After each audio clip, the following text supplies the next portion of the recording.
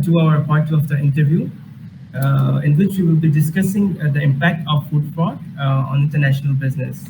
Uh, Dr. Faye, as we all know, that COVID-19 is definitely placing additional pressure on food fraud supply chains, as transport of food is being delayed, and some companies, including raw materials, material suppliers, are temporarily closing due to the outbreak at their manufacturing sites. The pressure to find alternate sources of material quickly poses an opportunity for food fraud to take place. So, Dr. Faye, in what way can international businesses in food and beverages industry protect themselves from falling victim to food fraud during the pandemic? Okay. Um, and as international businesses in food industry need to undertake food fraud vulnerability assessment prior to determining any control measures to mitigate the risk of food fraud in their supply chain.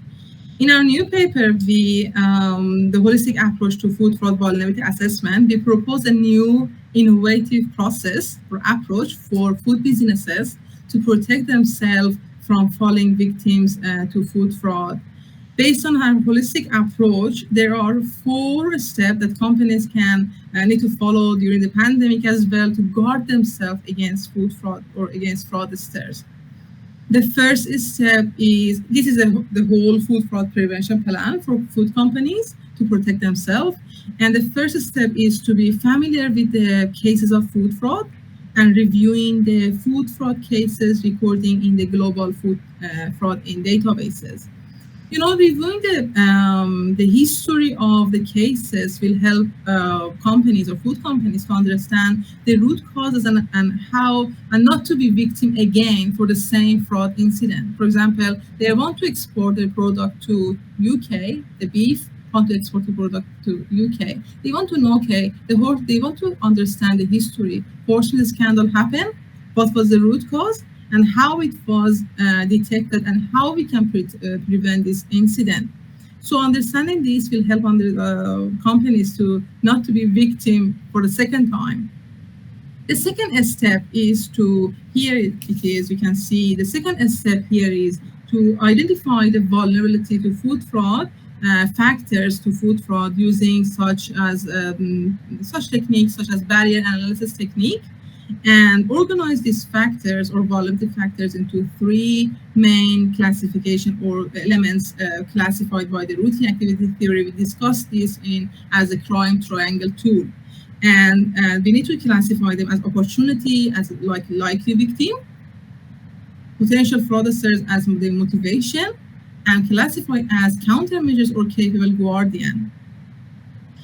And we can also use the barrier analysis technique. We talk about barrier analysis technique here. We can say, okay, the barrier analysis technique will help us to understand the weaknesses in the system, and we can also put it as a vulnerability factor. Let me explain it within the horse meat scandal.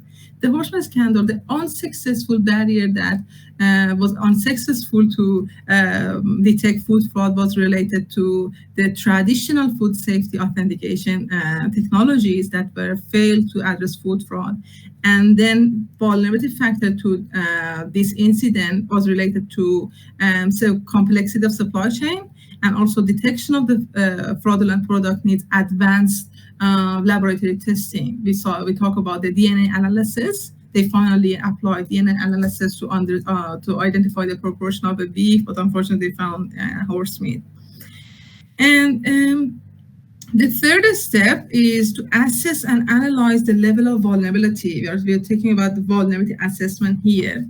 It can be done by using machine learning techniques. It can be done by online tools available for food companies like SSAFE tool. They can just apply other risk assessment tools such as enterprise risk assessment to identify and analyze their level of vulnerability to food fraud. And the final step, the best step, is to finally determine the proactive measures that are useful and effective to reduce those level of vulnerability identified in step 2 and step 3. We believe that these are the steps or ways that companies can use and also implement to proactively protect themselves from falling victim or being target to fraudsters.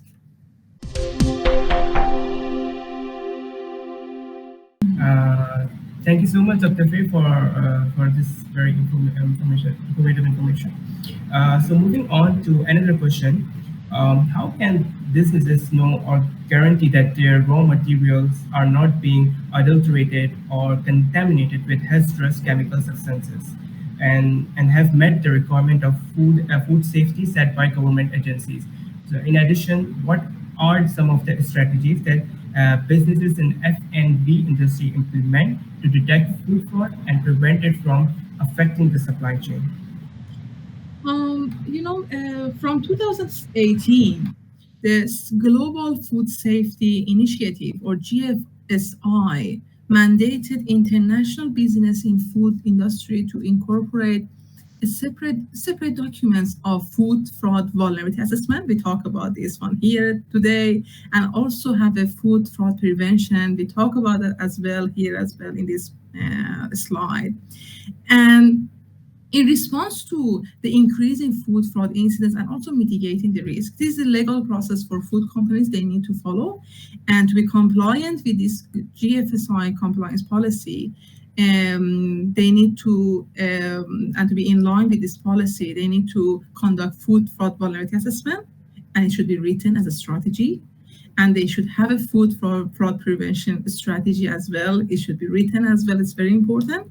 And once they found their level of vulnerability or areas of vulnerability, they should provide or demonstrate implementation of proactive measures. And it should be written as well. And for second question, there are proactive measures available for companies to implement and reduce their level of vulnerability in their supply chain.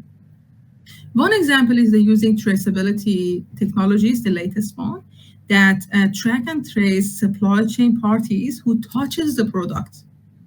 In this example, one of the example, it can be Global Solution 1. We are talking about, we are saying GS1, the same as. This is the newest technology that include 3 steps of identification, capturing, and sharing information in the supply chain. In this system, producers are adding a GS1 metric code, such as QR barcode, RFID, EPC code, while labeling and packaging their products, and for identification to easily follow the product and the parties, who supply chain parties who touches our product as well. And then share and capture this information through an information system. The focus here is to monitor the supply chain parties. We talk about who touches the product and not the ordinary or the traditional traceability system that can be counterfeited easily by fraudsters. Okay, thank you, Dr. Faye. Moving on to the next question. Guarding against food fraud in the supply chain can be costly, resource-intensive effort, but the potential effects of not catching it can be disastrous. According to the Consumer Brands Association, food fraud drains an estimated 30 to 40 billion every year from the global food industry. Apart from its financial costs, what are the potential consequences if international food and beverage businesses are not able to catch food fraud? And what resources are available for them to fight food fraud? International businesses in food industry are responsible to provide safe food for customers. In case a fraud occurs in somewhere in the supply chain, original companies are always unfairly penalized for this action.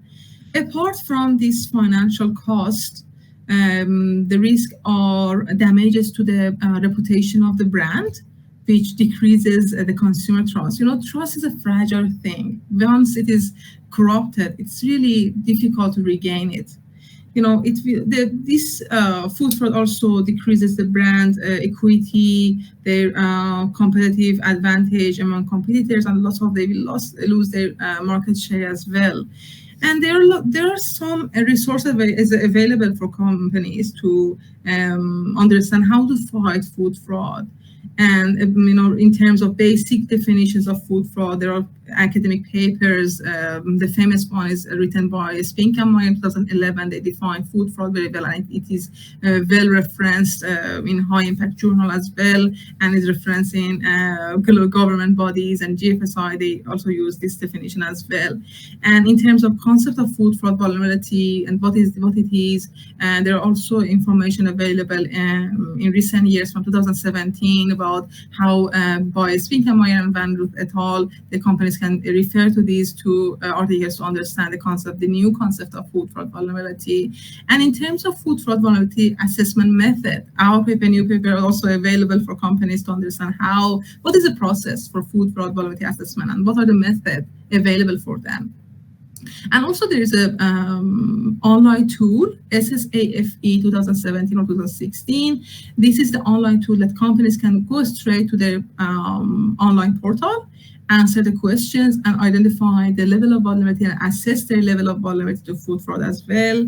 And in terms of reviewing the history of food fraud risk history, they can refer to global databases such as the CERN is here. They can refer to this database. They can just be familiar with the case of food fraud, because initial screening the food fraud incidents are mandatory or is preferred for the comprehensive food fraud vulnerability assessment. I think these are the most popular information or the basic information for the food companies or resources for them to understand food fraud and how they can guard against food fraud for fraudsters. Okay, Dr. Faye. Thank you, Dr. Faye. I think it's a really good tool to help our businesses to help them to fight food fraud. Okay, moving on to the next question. How can we ensure that food fraud produced by the unauthorized company does not affect the brand's public reputation or the operation of the original brand company? Depending on what is the area of the vulnerability for each company, we talk about we need to identify the level of or areas of vulnerability. Depending on the areas of vulnerability, companies can implement proactive or effective proactive measures. One is branding and packaging food products to mitigate the risk. Comparing the exporting carcass or with the branded one. The branded one is more protected from the risk of food fraud. And in the branding and packaging also increase or help the companies to increase their corporate liability and also competitive advantage over the competitors. Proactive ways for brand protection also can be registering the trademark when exporting to other countries and recording this registration with custom authority and sign a legal agreement with the supply chain parties to clearly define the situation. The Guanchi here, you can see this is a good relationship with the supply chain party, and we also can have a signing a contract with the supply chain party to understand to make sure they understand the consequences of having participating in any illegal activities. Okay, thank you, Dr. Faye. Last but not least, since the topic of food fraud has not been discussed widely enough, the public may not be adequately informed about the severity of food fraud. In this regard, is there any advice from you would give to the audience or the public or the significance of understanding this topic? Food fraud is a more than $50 billion industry, and also unfortunately growing phenomenon that impacts on food companies due to financial cost, loss of sales, increases their cost due to detection investigation. It decreases the innovation and reputation of the brand as well, and decreases the competitive advantage we talk in this session as well, and the market share.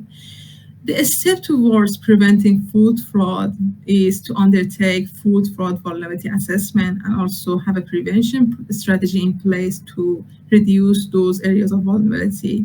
Food companies do not need to undertake complex processes. They just need to only understand the basic concept we discussed in this interview. The definition of food fraud is different to food safety, and the concept of food fraud vulnerability, and what are the strategy against reducing the level of vulnerability to food fraud. The basic thing is enough for the food companies to mitigate the risk and also guard against these fraudsters in the market, I think. Okay, thank you, Dr. Faye, for the explanation and advice. So it's the end of our interview today. On behalf of Sunway International Business Society, we would like to thank you for taking time out of your busy schedule and sharing this valuable knowledge and experience with us. We are sure that we could learn something from you today. And once again, thank you, Dr. Faye. And stay tuned for our next business talks. Until then, take care and stay safe, everyone. Goodbye.